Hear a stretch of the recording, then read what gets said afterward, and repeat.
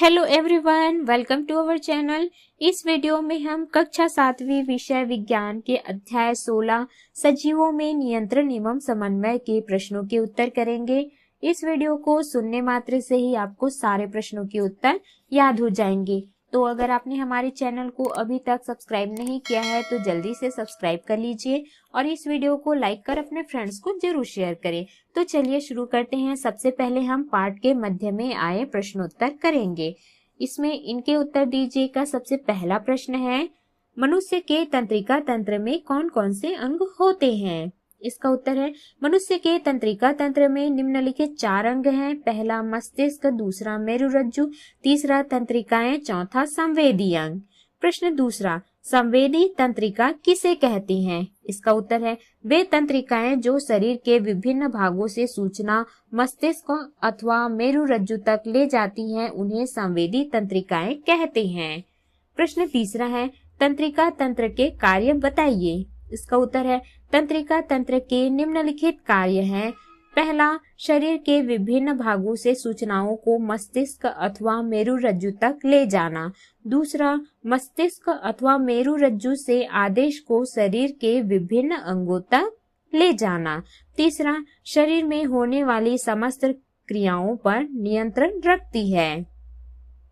प्रश्न चौथा है, किसी ऐसे उद्दीपन का नाम लिखिए जिसका अनुभव आप सामान्यतः करते हैं। इसका उत्तर है, ऐसे उद्दीपन हैं जिनका अनुभव सामान्यतः हम सब करते हैं।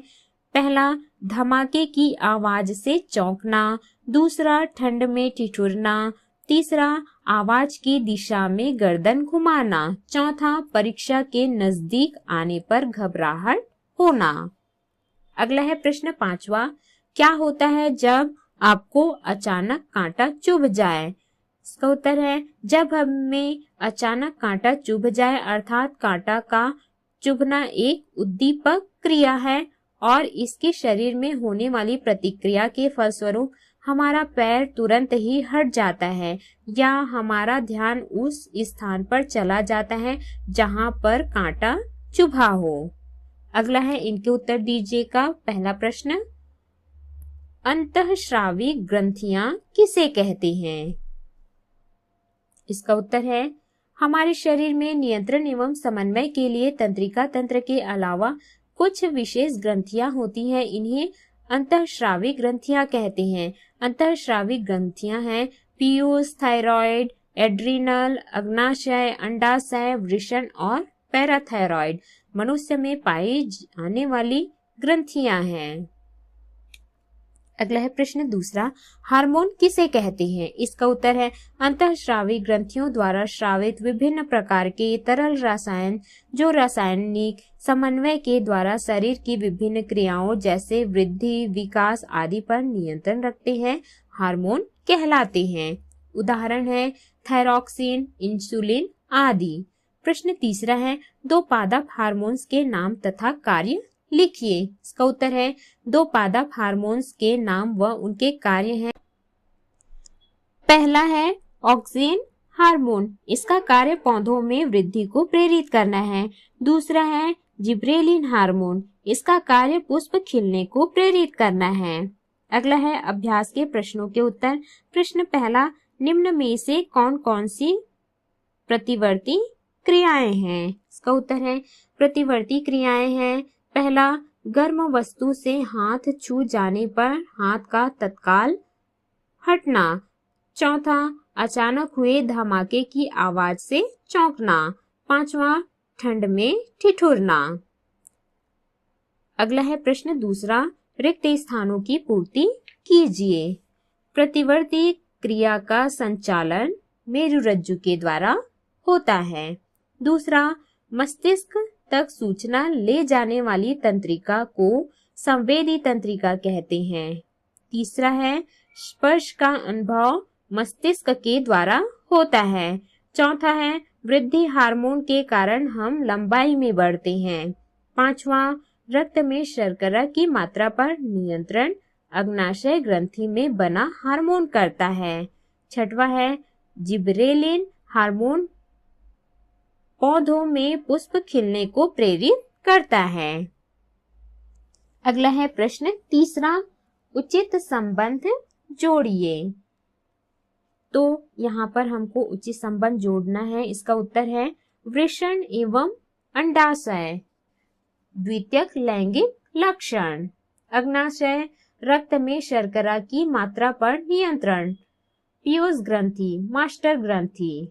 जिब्रेलिन, पादप हार्मोन। अगला है प्रश्न चौथा।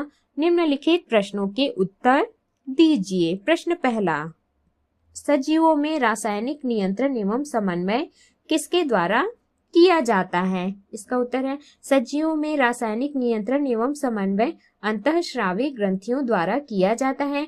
इन ग्रंथियों से अलग अलग प्रकार के रसायन स्रावित होते हैं। प्रश्न दूसरा है, प्रेरक तंत्रिका का कार्य बताइए। इसका उत्तर है प्रेरक तंत्रिका मस्तिष्क अथवा मेरुरज्जु के आदेश को शरीर के विभिन्न अंगों तक पहुंचाती है।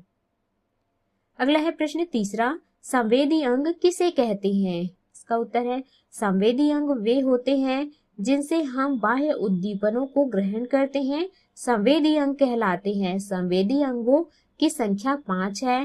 पहला त्वचा, दूसरा नाक, तीसरा है जीभ, चौथा आंख, पांचवा कान। इन्हें ज्ञानेंद्रियां भी कहते हैं। अगला है प्रश्न चौथा, अंतःस्रावी ग्रंथियों को नलिका विहीन ग्रंथियां क्यों कहा जाता है? इसका उत्तर है पाचक ग्रंथियों द्वारा स्रावित रसायनों को नलिकाओं के द्वारा आहार नली के विभिन्न भागों में पहुंचाया जाता है, किंतु अंतःस्रावी ग्रंथियों की विशेषता यह है कि इनमें बने हार्मोन को शरीर के किसी भाग में पहुंचाने के लिए कोई नली नहीं होती, इसलिए इसे नलिका विहीन ग्रंथियां कहते हैं। अगला है प्रश्न पांचवा, पादप हार्मोन के कार्य लिखिए। उत्तर है पादप हार्मोन के कार्य निम्नलिखित है। पहला, ऑक्सिन हार्मोन, यह पौधों में वृद्धि को प्रेरित करता है। दूसरा, जिब्रेलिन हार्मोन, यह पुष्प खिलने को प्रेरित करता है। तीसरा है साइटोकाइनिन हार्मोन, यह कोशिका विभाजन को प्रेरित करता है। चौथा, एब्सिसिक एसिड हार्मोन, यह पौधों में जब पूर्ण वृद्धि हो जाती है तब वृद्धि को रोकने का कार्य करता है। तो इस प्रकार से हमने इस अध्याय के सभी प्रश्नों के उत्तर किए। इस वीडियो को सुनने मात्र से ही आपको सारे प्रश्नों के उत्तर याद हो जाएंगे। तो अगर आपने हमारे चैनल को अभी तक सब्सक्राइब नहीं किया है तो जल्दी से सब्सक्राइब कर लीजिए और इस वीडियो को लाइक कर अपने फ्रेंड्स को जरूर शेयर करें।